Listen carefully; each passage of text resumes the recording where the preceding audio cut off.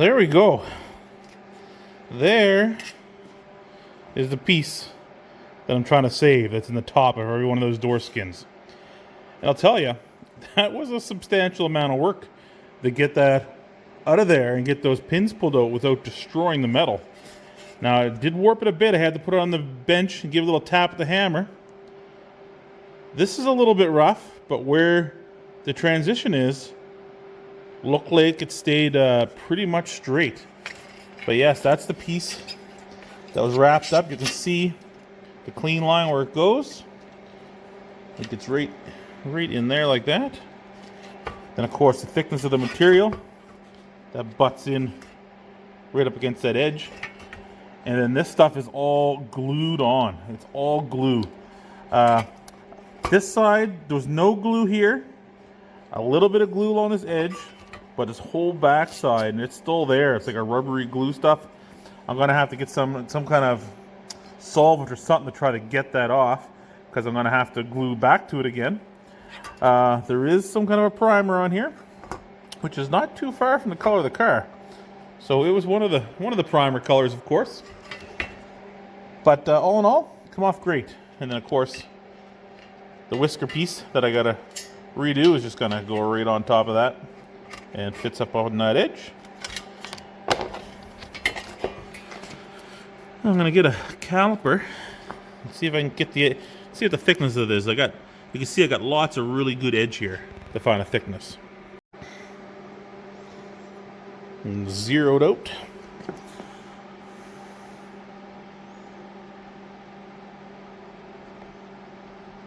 Just gonna try a couple different spots.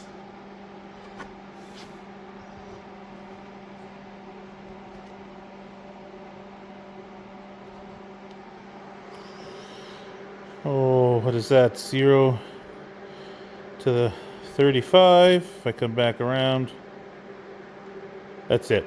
So we're quite at 35. So right around that 33, right around that 33. So that is an eighth of an inch. That is perfect, because I think that is the exact same thickness of the stuff that I got for my back guard, I think. Oh no, it's a little, oh yeah, that's right. This is 3/16. This is the heavier stuff. I need an 1/8. But I do know I can get an 1/8 material at the local hardware store, which is good. Won't be hard to get. Man, wish this stuff was a little flatter. But inside here, we could see what this original material was. It did have like a foam backer. Just a little bit of puffiness to it. Not much. I was thinking almost a quarter-inch foam behind it, but it doesn't need that much at all. So what I'm going to do now, get those two pieces and save that. I'm going to try to peel this off. It doesn't look like it's going to take much, but I do need two hands. Peel it off and just get the board out all by itself. All right, that board come off perfectly. I got a good shape on 3 of the sides, but I'm missing kind of the part down there. The other one is much more intact, so I'll be able to get a good shape off it. Those are both front ones, so I'll be able to work on that one to get a full template. But this is more just curiosity than anything, because this stuff, looking at it, I was thinking maybe this was one product, like together, but I noticed how there's no seam here. It's this green spongy stuff the whole way through. And it was more curiosity of how is this two-tone? So then when I get it off, you can see it's like heat welded. See if I can pull that apart a little bit. Oh, I ripped it, but there it is there. So the colors, the pieces are like heat welded together, and this one had a piece of trim covering up. This one was just done a little better. There's 2 heat welds here where they attach together, and then that foam backer is just one piece that was just put across it. So that was kind of interesting. For me, I don't know what this stuff is, but I definitely don't have a melting machine to weld this stuff together. So like I said, when I do mine, It's going to be fully sewed by me, yours truly. That's why I'm pretty sure I'm going to stick with the white, the red, and the black bottom. I'm not going to get into this pattern here. Welding straight lines, or welding, sewing straight lines is probably good. I'm not sure if I am ready to, make these curved transitions like this, because I got to be able to get it to stick and stick good. Now, in saying that, this is where that trim goes. Possibility. Maybe I could do something. Maybe I can sew this part, contact cement this on a thinner material, put my backer on, use my trim to cover it up, kind of like what they did, and just my one straight seam, then, make that be able to be sewn. Stick that with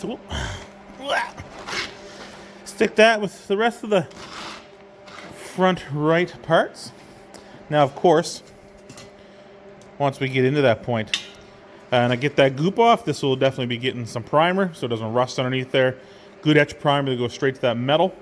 That'll help hold it good. And this edge is going to be nice and clean so I can stick stuff back to it. Well, just got done using the sandblaster. I threw in the first two upper door skin profiles that I had taken off.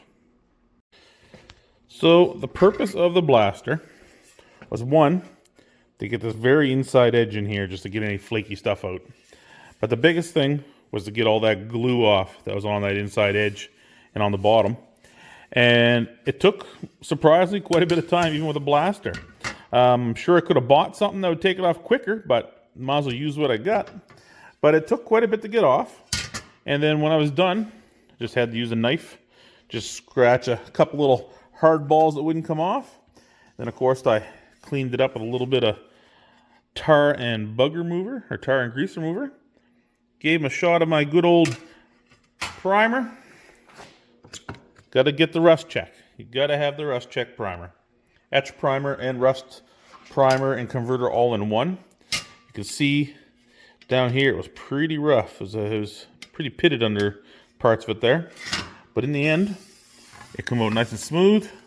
You can scratch this as hard as you want. You cannot scratch the paint off. It etches in real good. And that's my main purpose, is I need to be able to glue to this side and to this side too. Glue my skin on there. But that's what I'm doing. Not doing a lot, working slowly. Fire's just dying down. It's got a little warm in here this evening. Now, not wanting to kick a horse too much and bore you guys, but I went through and I got the two rear door panels done. Got them taken apart, cut apart, pulled out the profiles, and these are definitely different. They got quite the end on them. But got them stripped down, blasted, de-gooped, got all of the tar or whatever that glue is off them, and got them primed up, of course, with the etch primer. Remember, got to have the rust check. Someday, maybe one of those guys at Rust Check will see me and know that I've used the boat, I don't know, not an obscene amount, but I bet you I got about $400 worth of their product into this car. Anyway, back to the task at hand. Yes, these profiles turned out good.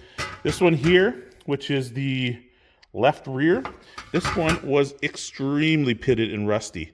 I don't know if that is showing through. Yeah, it's kind of showing through there.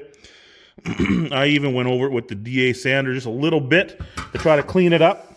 But this is going to have a layer of foam underneath the vinyl, so it'll take care of that. But I just wanted to, get that flake off. That's the thing. We got to get the flake off so that that rust primer can really grab on there, convert the surface rust, and it turns into like plastic. Well, time to start trying to get these doors back together and remembering how all this mechanism stuff works.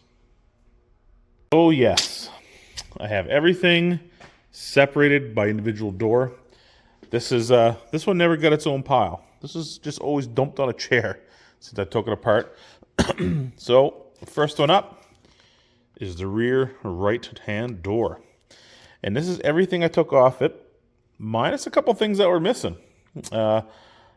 Little things though, like one of these little spacer caps which go behind the handle.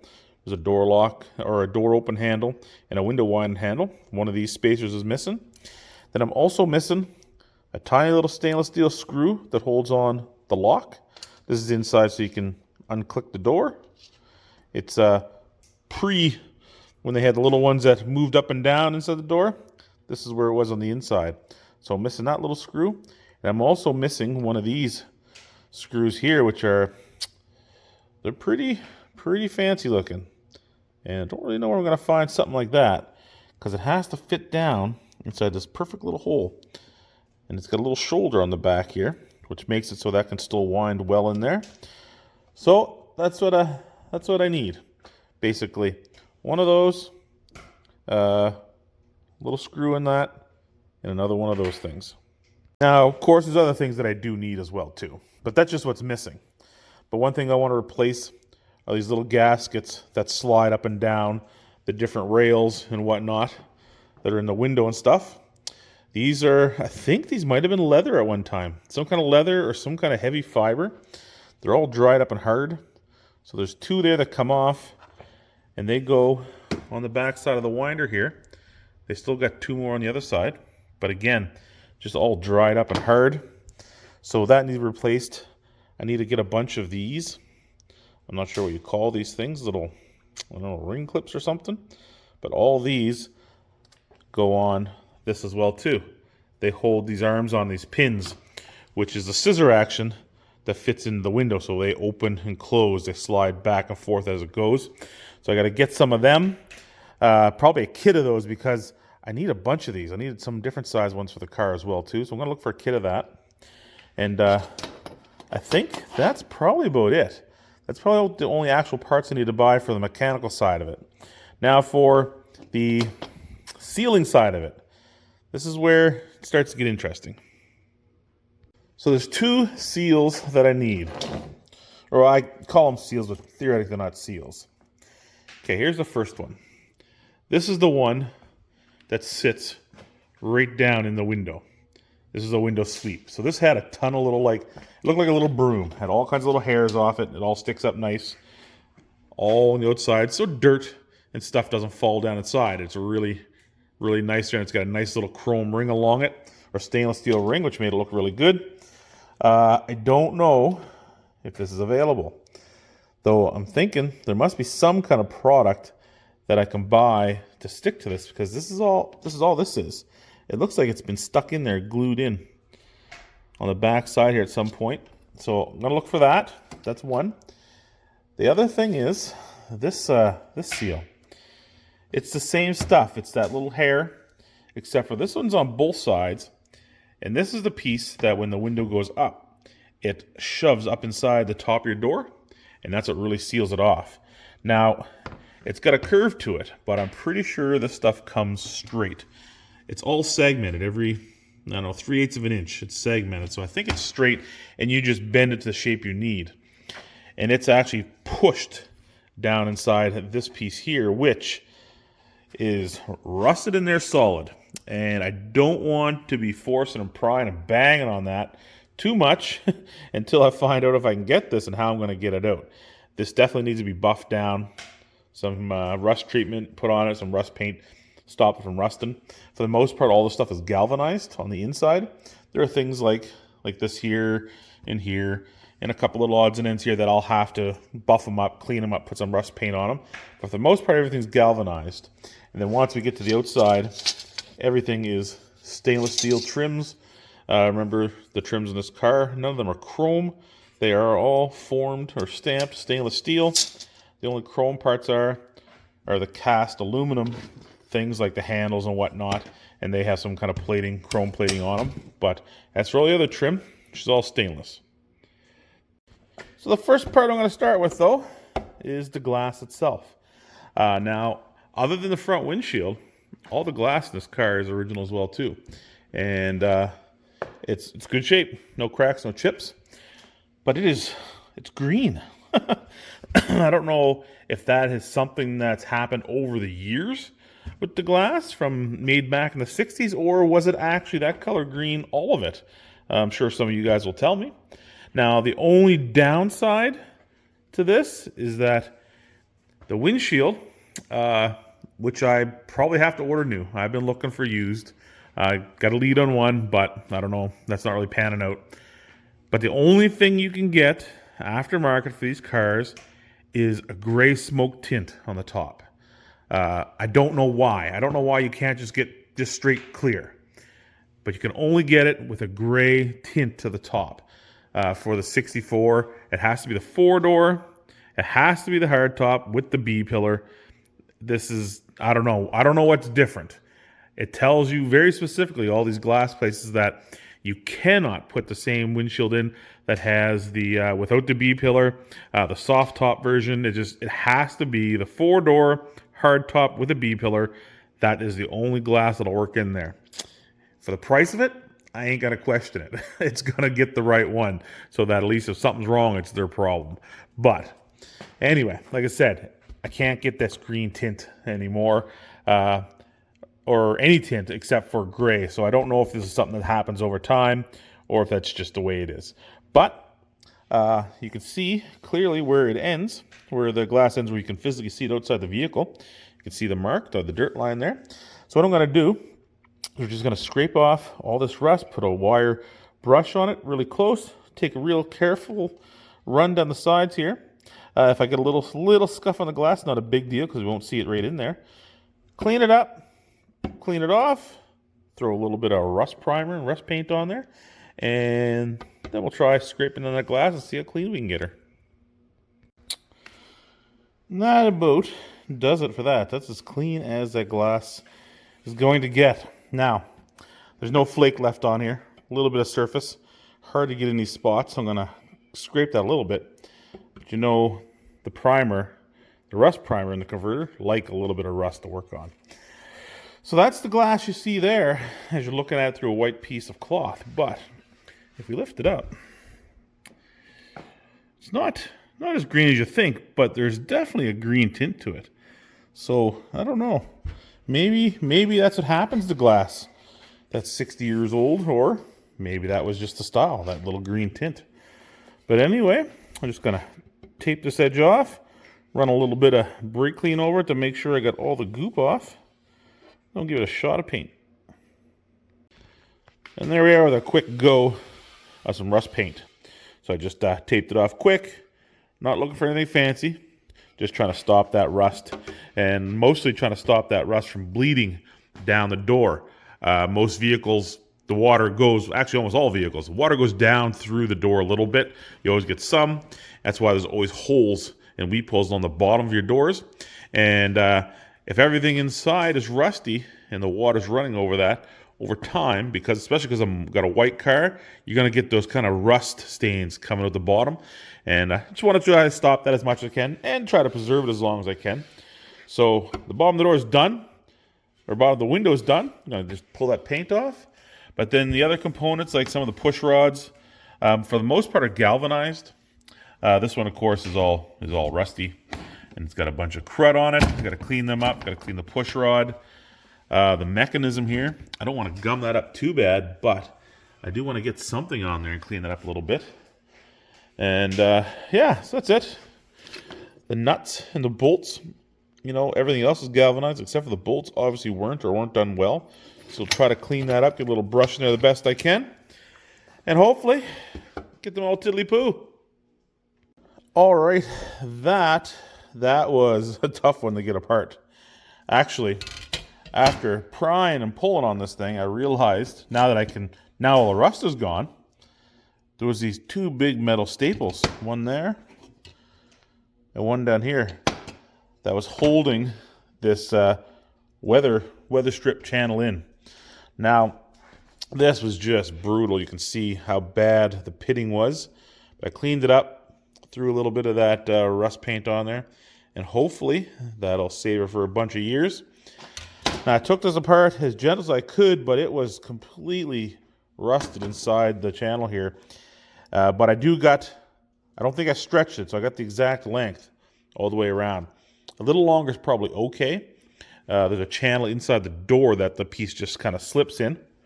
So length is probably good. Now this stuff I have found online.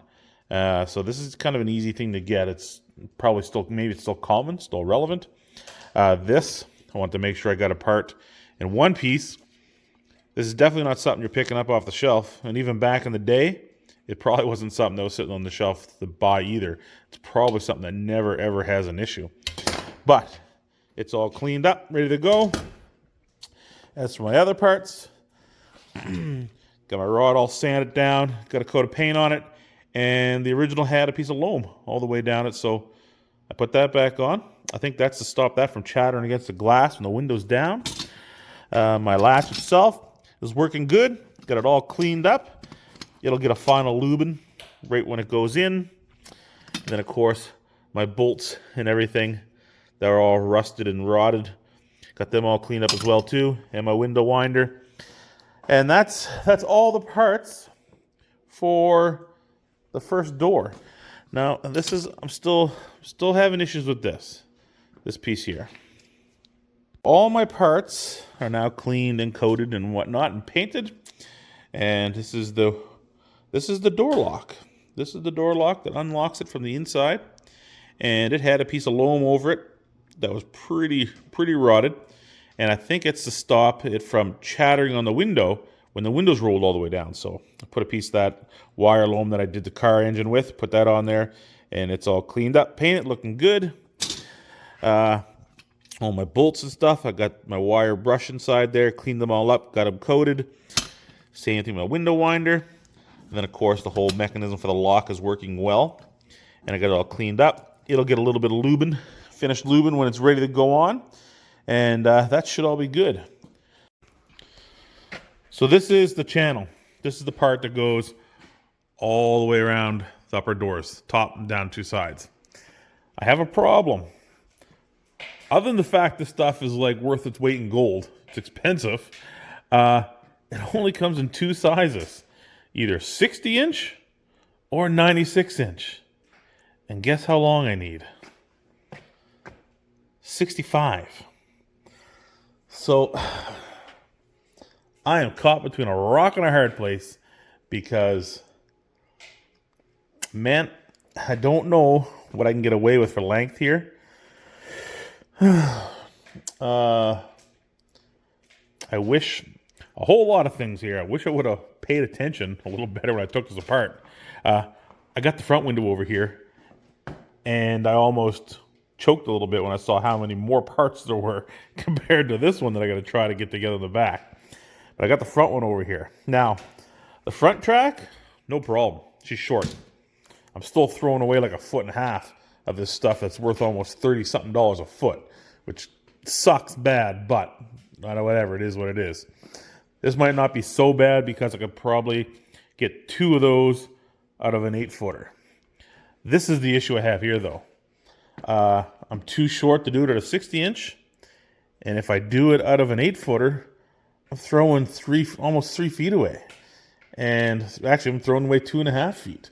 So $60-some-odd is going right in the garbage can per door. So that's $120, $130 plus the cutoff here. Basically, I'm throwing what it cost me to buy this channel, weather stripping. Half of that is just getting thrown away. I can't splice it together. I can't put a seam in this anywhere.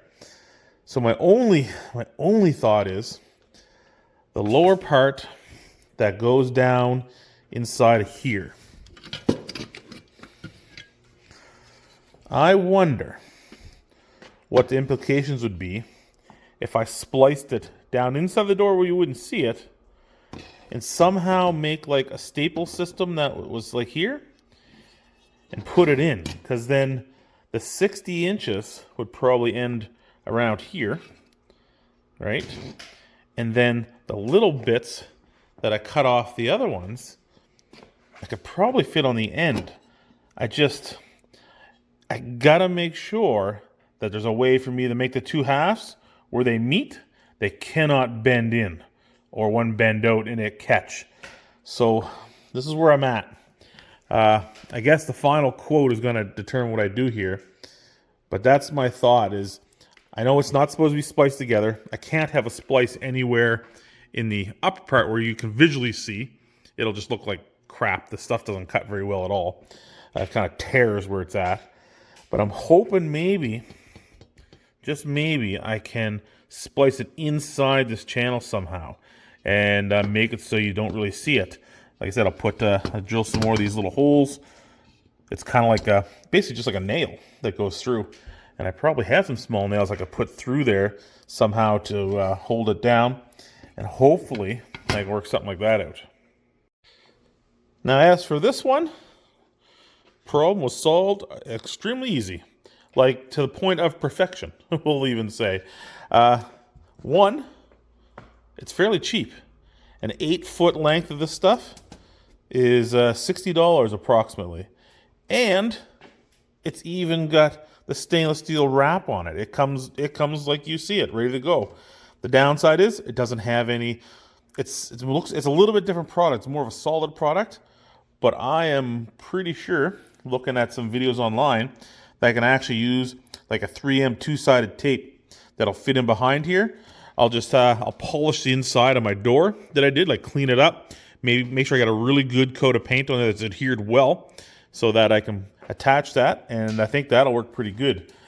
Making a little bend on the end, I'm sure that'll just be a little bit of work. I'm sure it can't be that hard.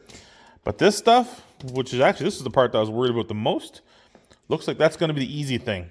And it is cheap, and so won't be an issue at all. I'll be able to make those up. This though. But anyway, I'm going to put that aside with this stuff, go over in the front window, pull it out, and start cleaning it up and see if I can get a measurement off this to how long this one's going to be. I don't know if it's some kind of sick joke that engineers back in the 60s thought they would play on the future dudes. 4 foot, 3/4 of an inch. You know what? I'm pretty sure I could probably get away with 3/4 inch. It comes down just a hair past here. I know the glass obviously doesn't go right to the very bottom of the door and bang on the bottom. So definitely inside this track still a little bit. So that's okay. That's good. The front ones, I'm positive I can get away with an 8-foot chunk cut in half. That's good. But I'm still throwing away $60 worth of stuff, of material, trying to get the rear ones done. Now, this stuff though, this is short. It's under 2 feet long. So that's 60, 780. I might be able to get all 4 of those out of one piece. Even though it's the cheaper stuff, it's not that bad. But I might be able to get all 4 of them out of one piece. And also, I might even be able to go to a 60-inch, because I can get those in 60-inch as well, and then only buy 2 of them. Probably save me about $12.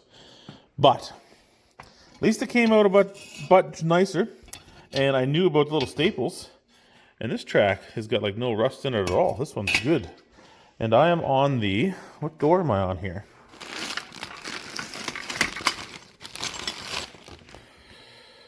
This is the front left door, which is extremely surprising because this is the one that was left open for 30 some odd years. And never knew about it. Now, there is another thing on this front door and another type of trim that I got to look for. So this is the front door, the little corner glass. This is your AC. It's the one where it would kind of pop open in the front a little bit and kind of scoop the air and throw it at the driver or the passenger. There's one on both sides. But I forgot about the fact that I have one that's broken. Now, it is a flat piece of glass. I can get a glass shop, make that no problem. Downside, I'm not going to have the green tint, just like that one. But place down in southern Alberta here, guy's got, I don't know what he's got. I think he boasts 3,500 Mopars in the field. Not a lot of what the parts I need, but these were common on a lot of the cars, the Imperials as well. And I think I'm going to take a trip down there and probably get one of those. So to me, either way, easy to do. Either I can get original and I got the green tint, or I have to get one made in not green tint. But the trim that's inside here, I'm not sure what it was. It's an insert. It's definitely separate from this, from the main frame, but it's a different kind of shape, and I am a little bit unsure what it used to look like or how it was. So I'm going to have to do a little research on that one. It's the same thing. This is the front of the glass rolls this way up, and then the other piece that I just undid, it kind of hooks right at the top here. It clipped into this little pin, and then that carried on with the corner of the glass back and then down on the back half of the door.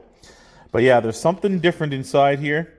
It looks like, I can see here where some of it's ripped off. It's like it was glued, had some kind of nylon backing on it. So it's something different. So again, more looking, but I have confidence in this because worst case scenario, it's just a double like cat whiskers on each side. So probably easy to find. So that, the glass, the rubber here, this is really good shape. Nice and bendy, nice and flexible. I'm not sure how it's held on, so I'm not going to mess with it too much. But I gotta get the lower part off. Either way, so I can pick out the glass if I gotta get it made. Clean up the rust on there. But this rubber, I think I can clean that up. Get a little conditioning. Looks like there used to be a little bit of duct tape on it there. Oops, sorry, right there. Get that conditioned, and I'm sure that rubber will be okay as well to fit on there, and probably keep it. If it's not, well, then it's something else we got to look for. And this one's very specific, the way it is, especially the way it's made. Like if I open this up, let me get this twisted here. You'll see it's kind of half made. One half is one way, and the other half is the other way. Kind of made diagonal, which is very specific to the window, but again, I'm pretty sure, I feel confident that we can use that again. But now on to things for the 64. I didn't think this was going to be until the 30th, but I got some Big D door insulating strips, aka weather stripping. Can't go with the weird profile. Can't find that. That, whatever that is, doesn't exist anymore. Well, shouldn't say that. There might be some really specialty shops that might still have it, but nothing I can find nearby. So, we're going with, basically this is what would be on a Dodge Ram. And I'm gonna need two hands. I can't wait. Santa Claus better be bringing me a tripod. Alrighty, here we go. Now that is looking more like a thickness I can work with. That might be much better, much better. Where is the tape measure? Oh, there's one right there.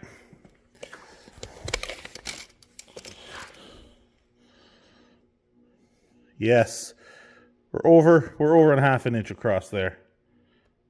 That is awesome. That is awesome.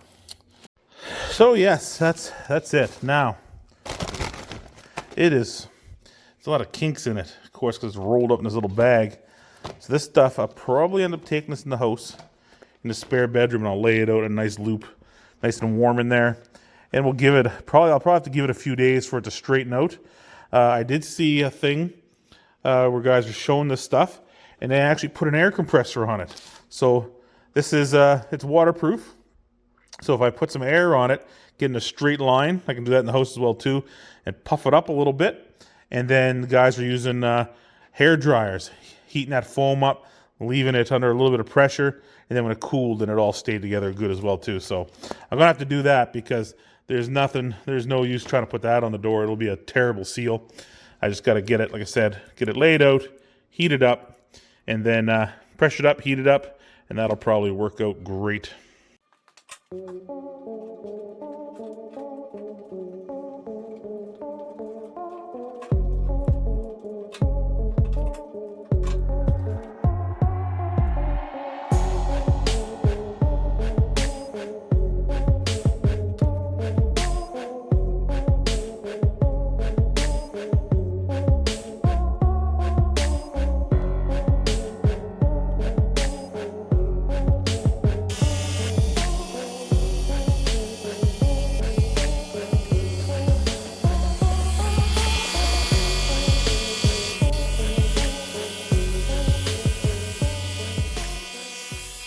Well, as you can see, pumping up my hose.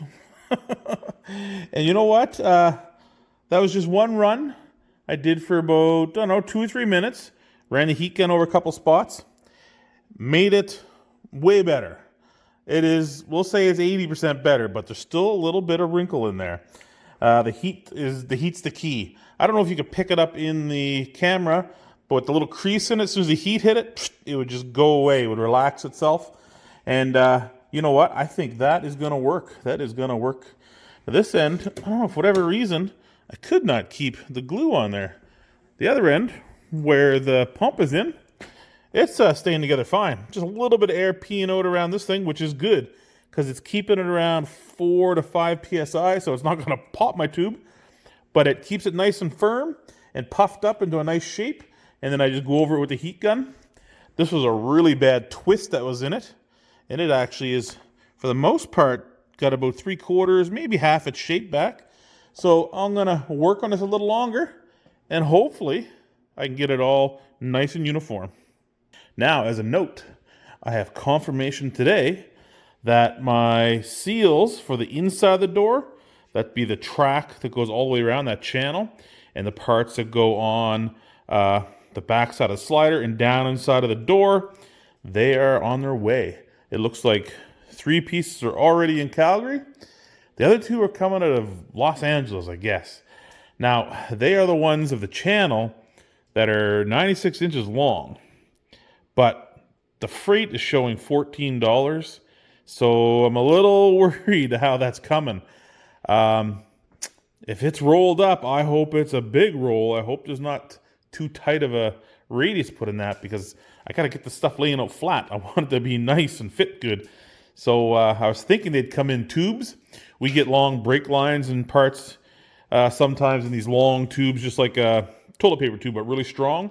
That's how I was hoping it would come. And I was expecting to pay, you know, $100 for shipping. But the quote that showed up today was $14.98. So we'll see what we get. But I'm going to start off here with the first weather strip on the door. Now, as for the car, the sanding, buffing, blah, blah, blah, all that, you know what? It's getting put together. If I decide to, well, I'm not. I'm not sanding the car. I have a couple imperfections that are runs. I'm going to deal with it. They are in spots that are nowhere near the trims and stuff like that. The only one that's on this side is actually going to get completely covered over. They could be done. I could wet sand those out gently and polish them, and they'd be fine. But the car is getting put together, and I'm going to polish it and give it a buffing, and that's it.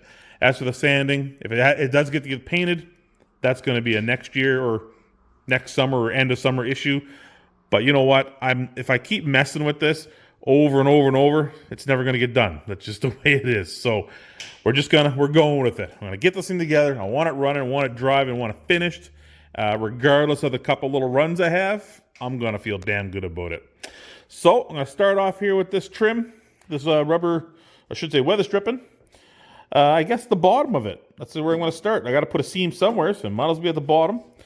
And I got to work my way around, sticking to this side, but then it changes angle, and then it sticks to this side, then it sticks to this side, and it kind of the way it goes around the door. So it's going to take a little bit to try. Hopefully it goes smooth.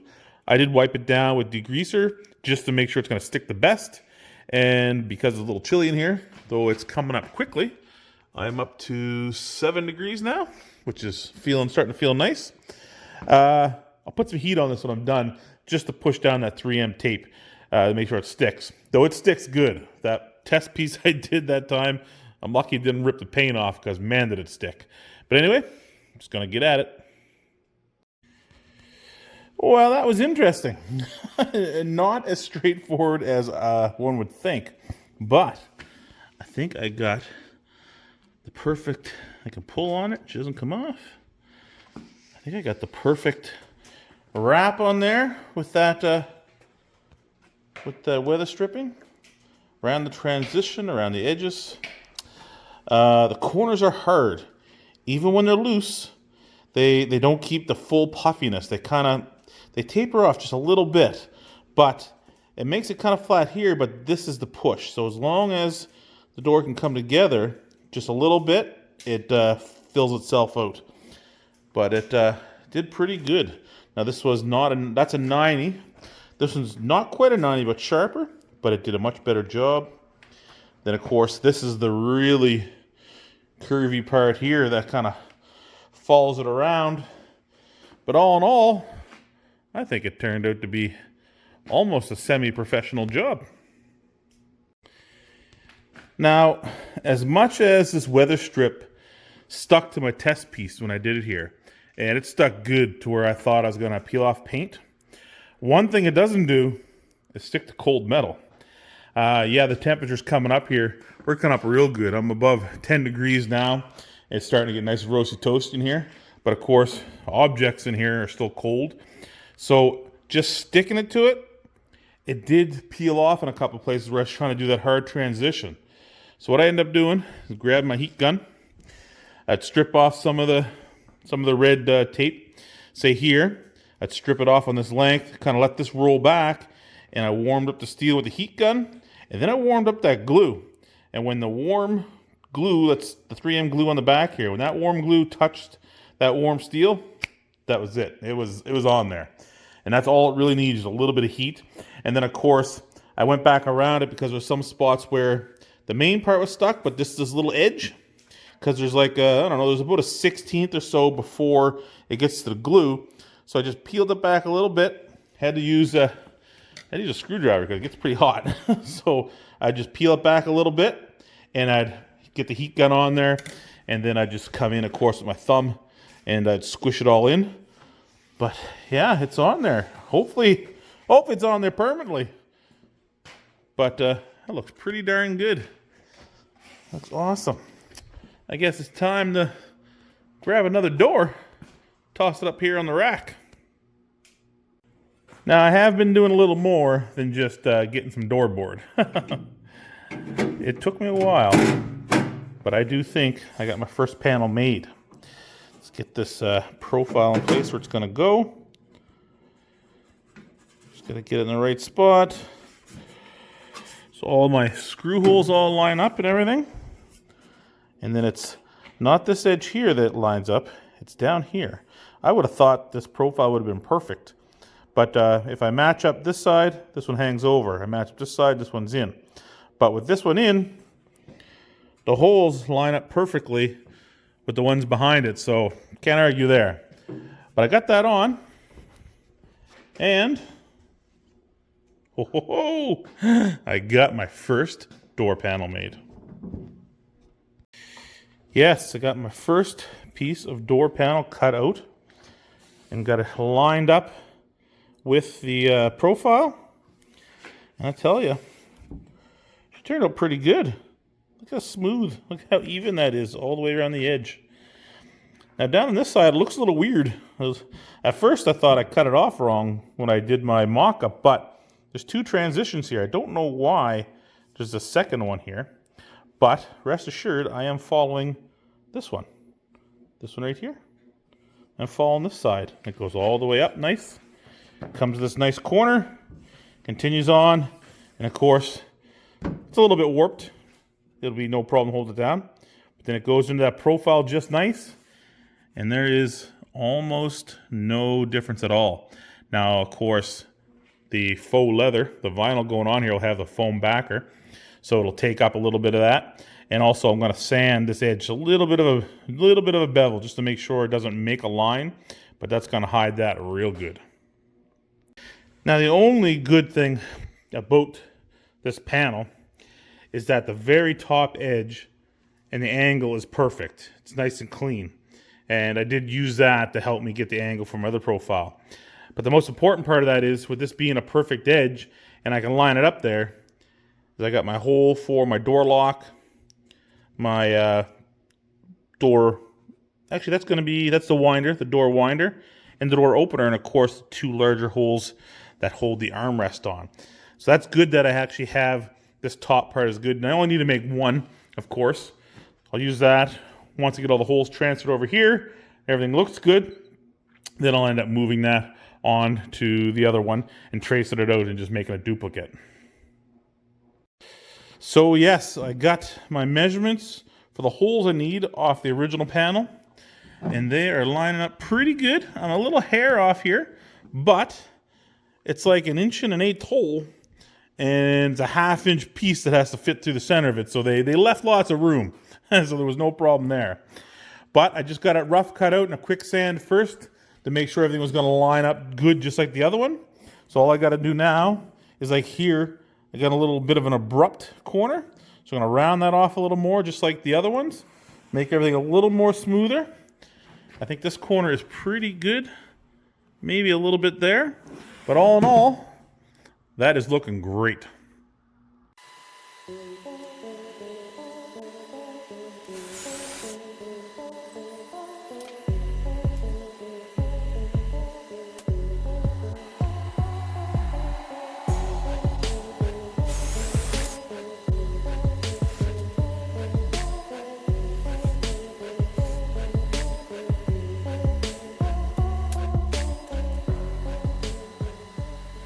Well, there we go, rivets.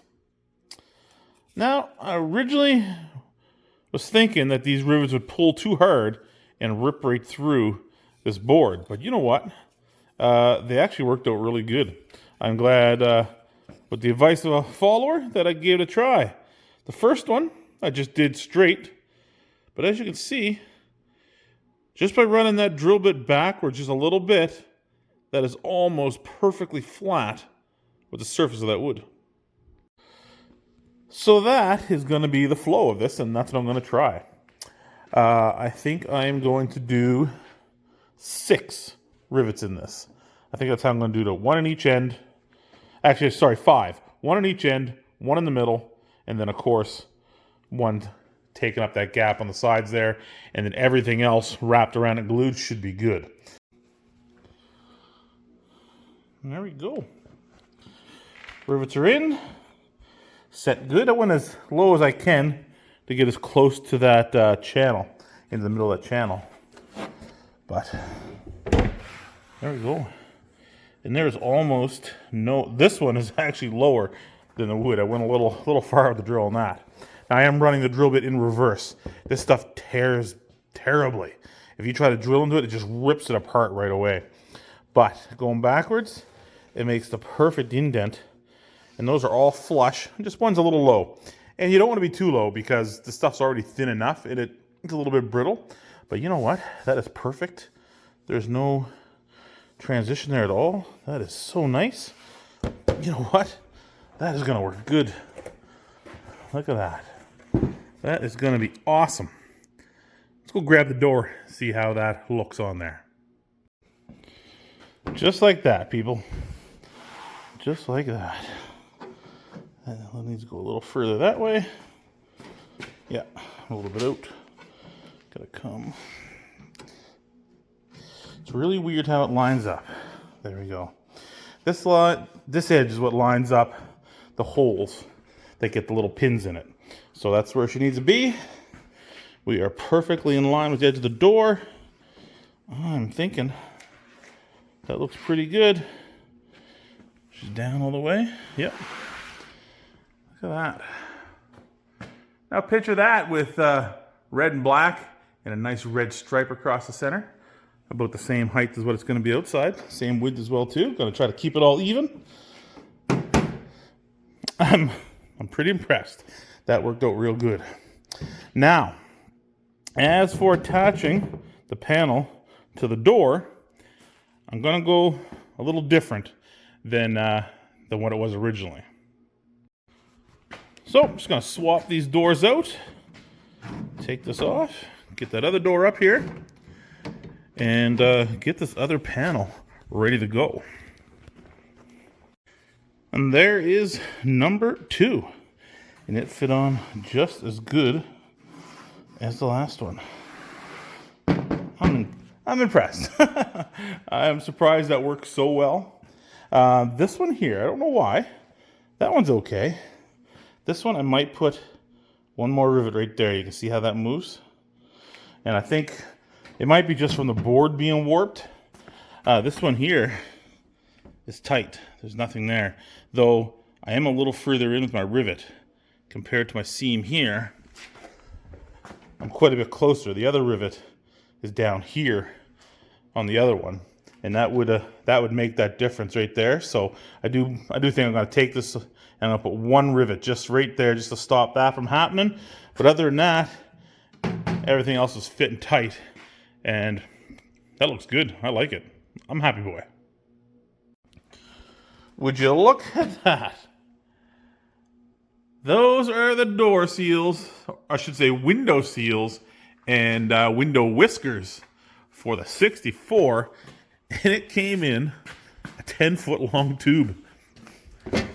All right, not quite 10 foot. My bench is 10 foot, so we're at 9 feet. Close enough. But got my drawers open here. I haven't even popped this sucker open yet. I'm just assuming they're in there. They feel like it. But this is where I was concerned.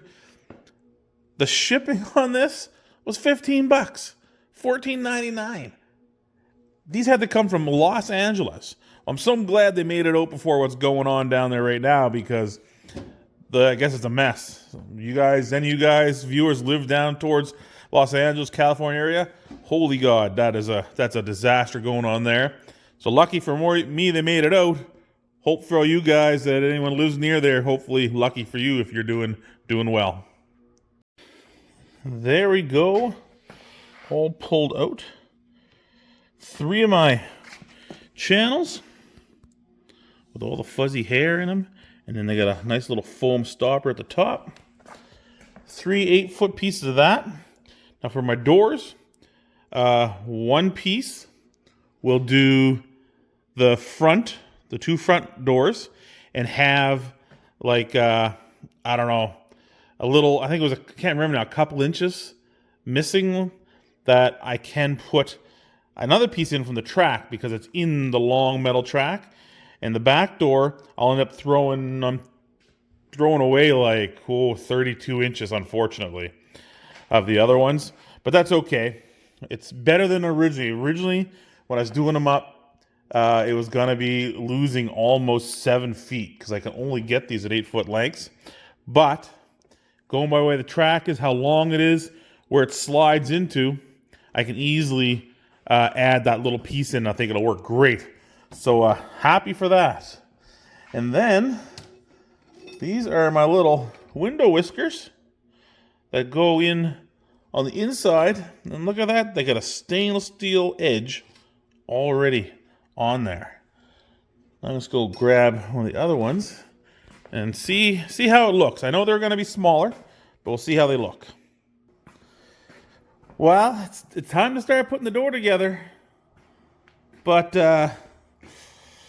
more pictures would have been nice, for sure. I got my first actual piece on the door handle.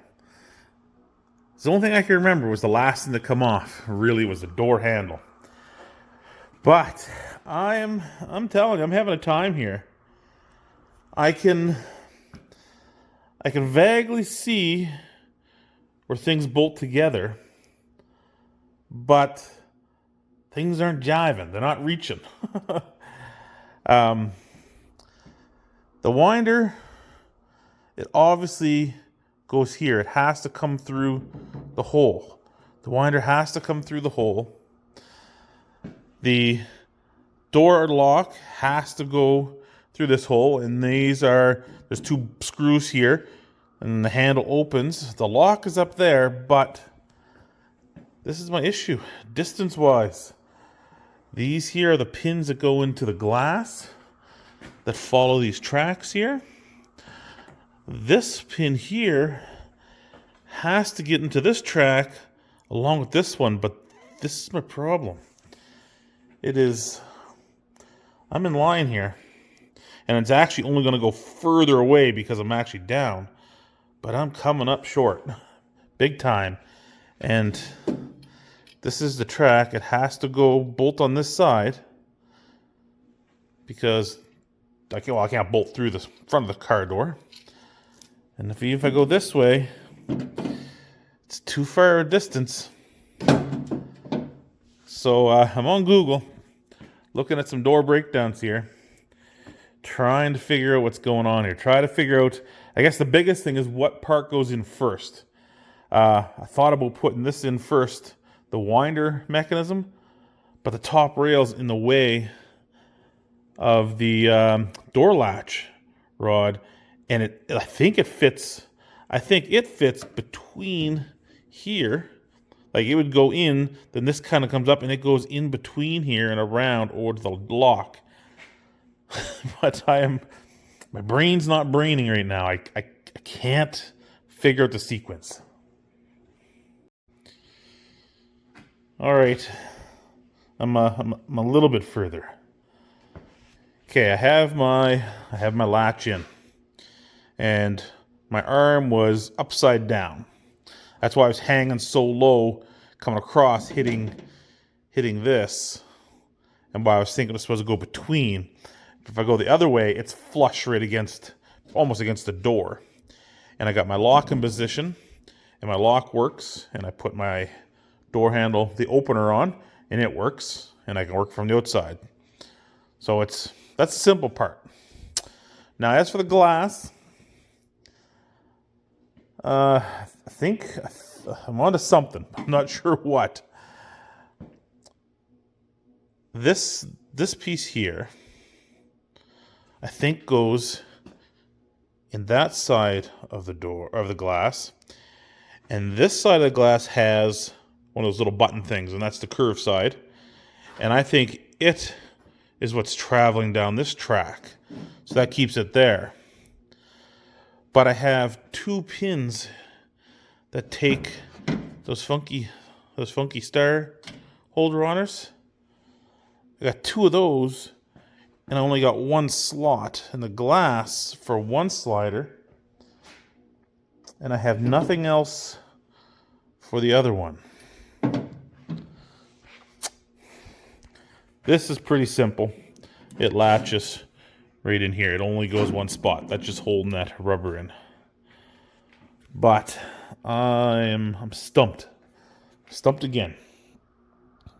I have some pictures from a manual.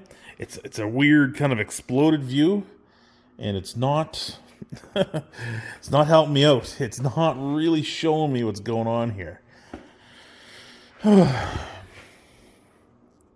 I would love for somebody to take a picture of their 63 to 65 Chrysler inside the door and give me a show. I think this night is just going to be just trying to figure this out.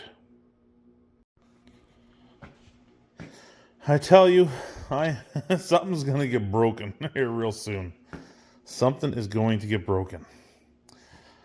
So I had this in 3 times now. This is the only way it can go. The pin's in the top, but the rail is so far away. There's just no other way. There's no other way. It has to be this way somehow. I have no extra pieces. I definitely got all the correct parts here for the right-hand side. I've even got the other one out. I looked at swapping them. Definitely not going to work. They're definitely the right way. Just something's missing here. I don't know how this is supposed to slide. It makes no sense to me.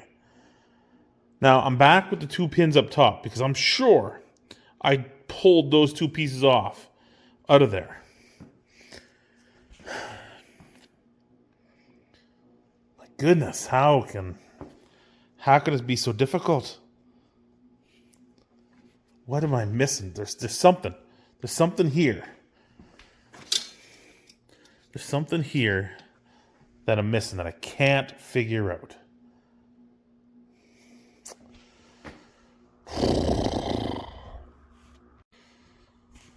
Well, I'll be damned. I got it.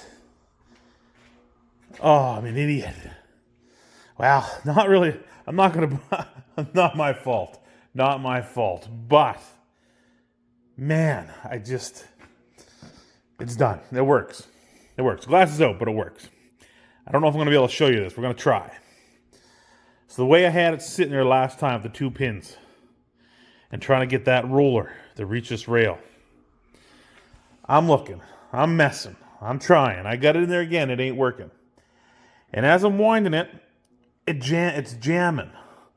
But both pins are separate, are moving.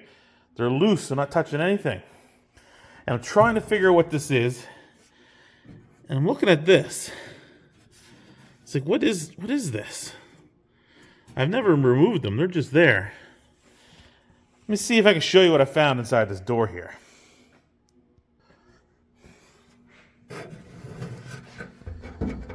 Where are we at here? Right there. Starts right here. There's the window arm. And there's a rail. There's a rail on the inside of the door that never come out that must be welded in there. Somehow, tack welded with those.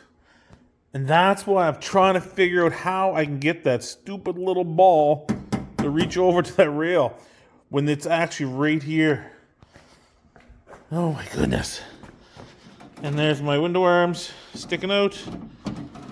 And then of course, they go all the way down. It would never come up this far because the glass would be seated into the top. Oh my goodness. Oh, just would have a stroke. But now I can relax. That was more than a beer. That's whiskey right there. You start shooting some whiskey for that one. But I've used up all my time. All my time trying to figure out that stupid window winder. Now, my next step.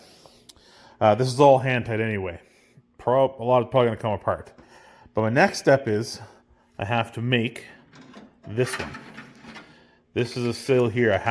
This has to be done before the glass goes in. Because the glass only comes down to this edge. Just down to here. Flush. Actually, I think it even sticks up just a little bit past the door frame. So I got to come up with a way to get that to attach. And that is my... Where'd it go? Oh, I put it back in the tube. That's right. That's these ones here. That's these flat whisker ones. Got a nice rubber back on it. Now, of course, inside the door is just primed. So adhesive's not going to work. But this had little tiny screws in it originally. Little studs and little screws. So I'm going to have to come up with something here. I think it's going to be a rivet. I can probably get a rivet in there. This stuff is pretty puffy and soft. I think I can get that to go right through there. And there is 2 layers to this thing. So I probably can get it to hide behind that fuzzy layer. But that's the next step. One, get a cut to length and try to make this profile. And I need this little funky little end on it because it makes a nice little closure going right up the side here. So hopefully I can get that done as well too. And yeah, onwards upwards. Once that's on there and in the right place, then it's the attempt to cut the piece of channel piece that I got here and fish that around my door. And again, pictures would have been nice. I cannot remember how it terminates on this side. This side has a channel. This side I can't remember. But I'll worry about that when I get there. Well, it's time to start making the window sweep out of this new cat whisker material I got. Pretty excited. Now, I have 2 pieces of this. Each piece is 6 feet long. And that's exactly how much I need within a little bit of a tolerance. So each piece is going to have about, 4 or 5 inches extra. So all I'm going to do is I'm going to cut this thing in the middle. And I'm going to start working on one end to try to get this curve nice without kinking it. If I kink it, well, where the kink is, I have the opportunity to cut it off and start again. I can only do that a little bit before I run out. So what I'll do is I will mark it out to where the absolute last chance is going to be, to how short it can be. And we'll start working our way along. I'm hoping it goes smooth and this stuff just bends really nice. The original has a nice little channel behind it, and it's metal inside there. The new one, don't know. it's a little bit different. So hopefully it'll bend good. But we're gonna try it. It's now or never. Let's go. There we go. A little bit of finessing, but I think I have it. Man, this stuff is it's harder to bend than you would think. It seems like it's going to be so soft, but she's a little bit stiff.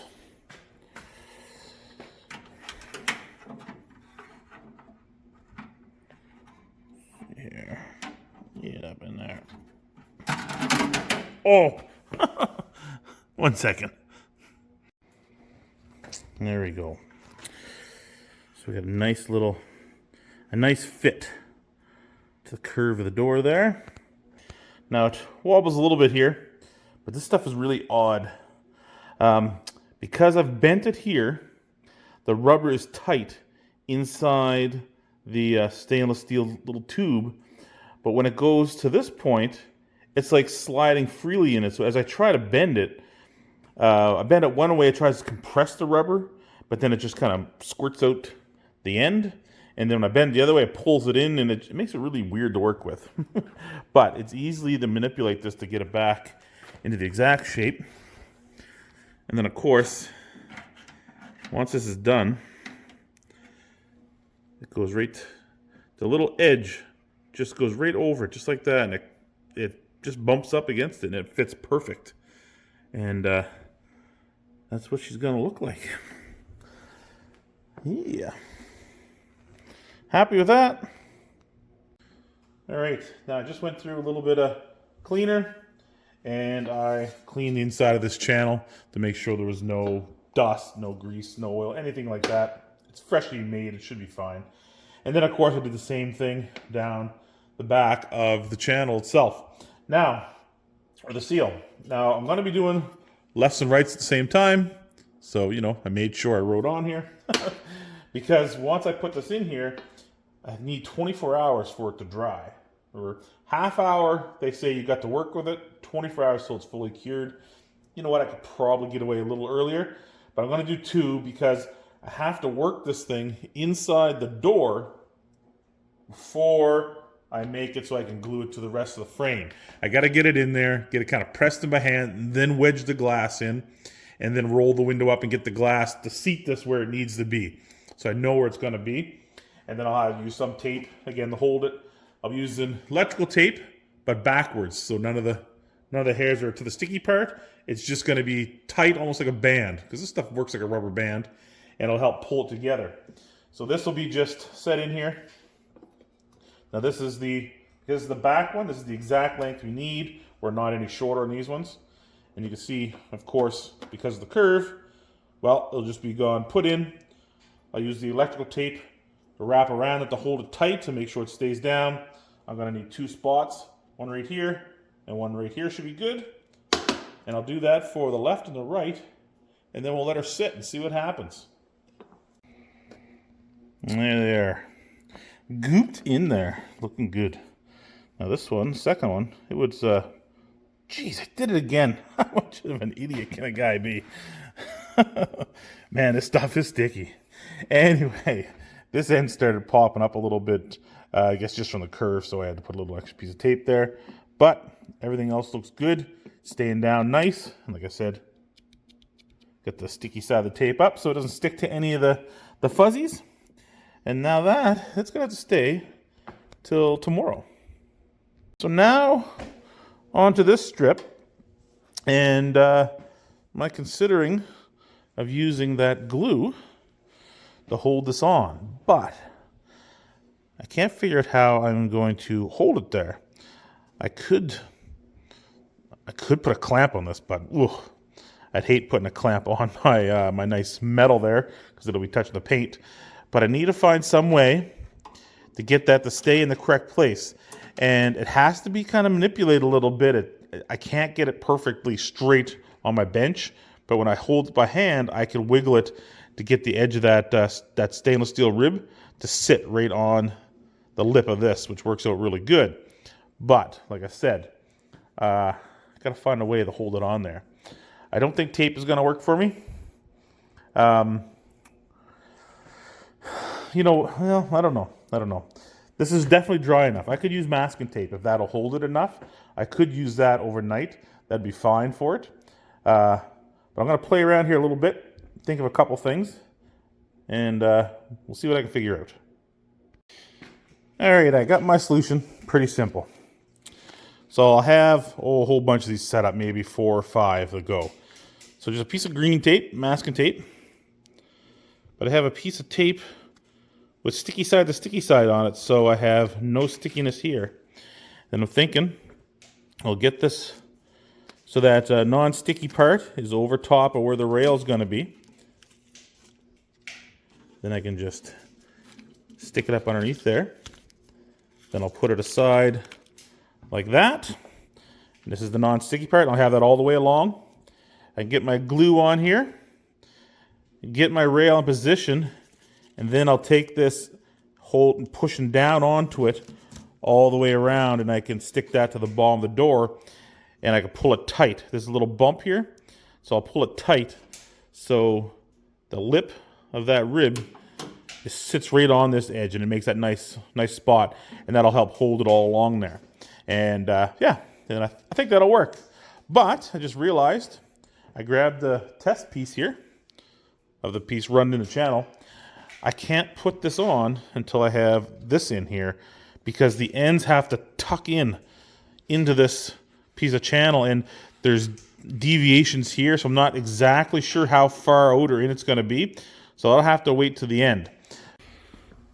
All right, I got the bolts in here. Now, you can see at the top, that little tang, that little S-bend, that's what's on the top of this up here. And it goes through a hole that's in this door.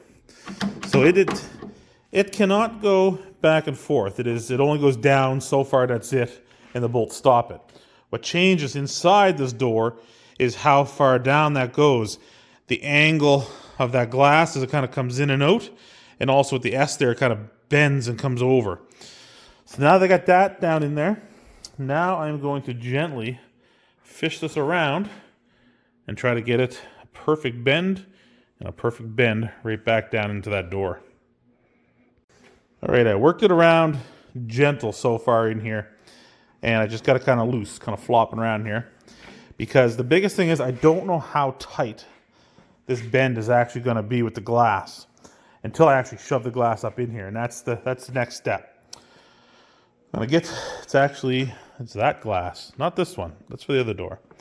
So that glass there, I now have to get that down inside here and get it hooked in to the pins. And that slider, which actually, or this slider, now I'm looking at it here, I'm gonna have to take it out. I gotta take that out because once I get the glass in there, I'm not going to be able to move this glass side to side. It's going to be pinched all the way in that seal. But I'll be able to use the slider underneath, and I'll be able to find that locking peg that's on the bottom of the glass. It'll be this one here on the inside, and I'll be able to shove it up on it and then bolt it in and get it close. Again, these move around side to side. Now, these are also made to space up and down as well.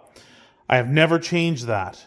I took the nuts off, but the centers were seized, and I never tried to undo them. I left it as it is.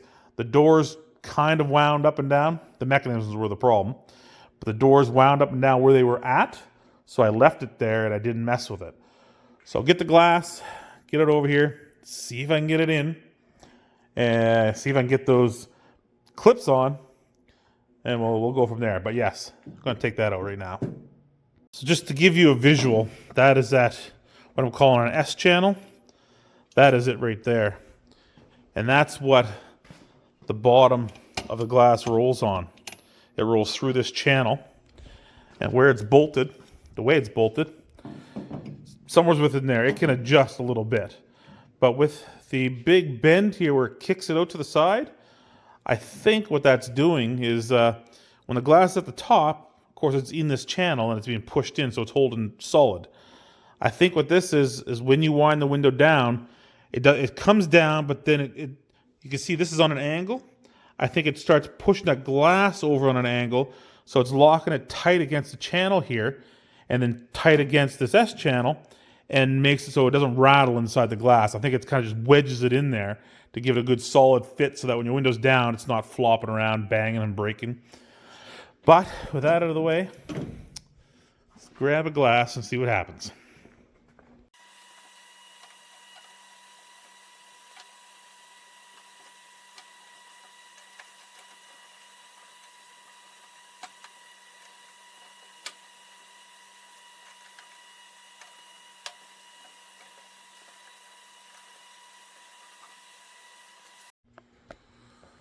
Well,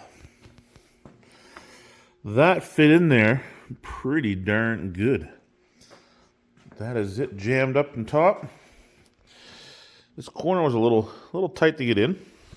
And this side is super tight. So the glass is definitely shoved hard to this side and up in this corner. This side here feels tight that it's squished in right to the very back, so it's touching the frame itself. The same goes for the top here, but right in the middle, there's still movement going up and down. So there is this bow. There's like a little bow here. I don't know if you can see it. I guess you can kind of see it in the camera. This is definitely bowed up, so this is not touching tight up in there. Now, I don't know if that's that important, but what I'm going to do, I'm going to get something soft. Maybe I'll use a piece of cardboard. I'll start with a thin chunk of cardboard, and I'll get that in there and see if I can push the window up against it. Mostly so it's even. Like underneath here, we're almost flush with the glass here, but then we're hanging down. Oh, we can't even see where I'm pointing. We're flush with the glass, or the frame right here on this side. And we're flush on this side here. But in the middle, it's sticking out past just that movement right to there. So yeah, I'm just going to put that down. I'm going to grab a piece of cardboard and see if I can get it to shove up a little further. All right, so I cut little strips of thin cardboard. This is the packaging from the polyurethane glue. So I cut these little strips. I cut a bunch of them, I started putting them in. And now I'm to the point where there's no movement in it. It's pushing tight against the back side of this. The whole way around, all sides. There's no more movement going inwards. Oh, a little bit here at the bottom, but that's okay. We're continuing down, and that just goes to nothing there. But I think that's her. It's holding its shape. It's in good here. I don't know if we can see a good view underneath or not. There we go. No gaps. Corners look really nice. And she's that's a tight gap. It's gonna be hard to get that piece in there. I guess it shouldn't be hard. I guess the window pulls in a little bit, but still, that's a pretty tight gap in there. But that looks awesome. The winder's working good. Now, take the window down, pull that out, and try to get it all gooped up and back in there without making a complete mess.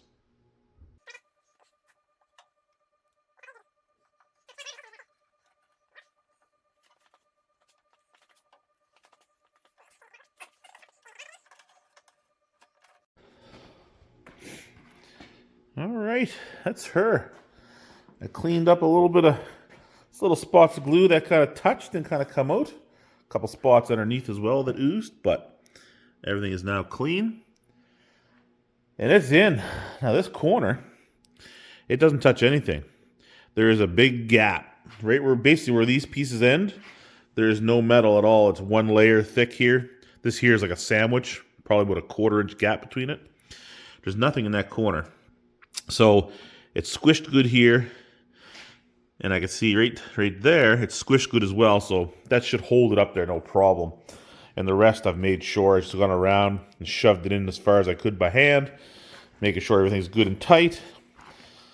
And I think we have her. All right, with it sitting in here for Oh, that's about 13 hours, almost 14 hours. It is solid. There's no movement in that.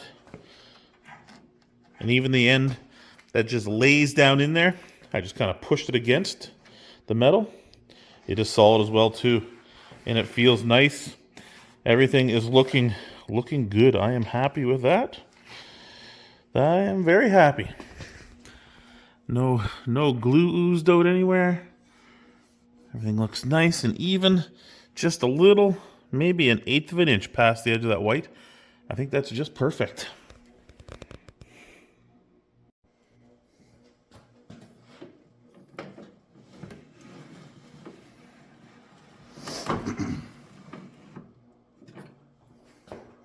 A window down.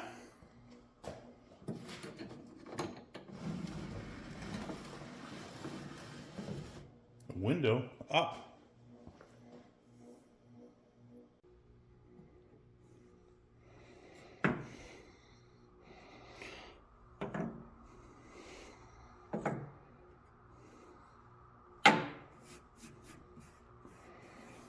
Yeah, buddy.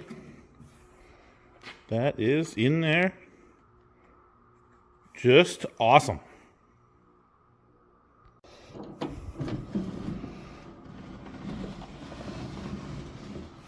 And there we go.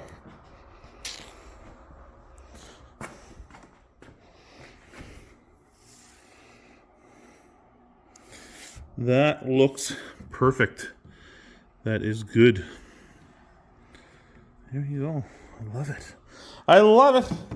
Plan is finally coming together. Okay, now, almost ready to wrap this thing up here, other than covering, of course. But, go and test the door sheet. Now, the handle's a little bit off here, and I can adjust that distance. This one's almost perfect. It needs the board here still needs to come this way a little bit, but the door lock, I am pushed up hard against the edge. So I need to get a drill bit in there and kind of just hollow that hole out just a little bit further this side. And I got to come over, oh, not quite a 1/4 of an inch. Not too much. But that should line this up perfectly centered. I'll adjust this while it's off. This kind of swings down on an arc when I loosen up the bolts. So the winder part, I'll bring that down a little. Clean that up. And then I think we'll have a good fitting panel. Needs a little polishing. But there we go. We have a door together. Got a door that winds. Oop. We got a door that opens and locks.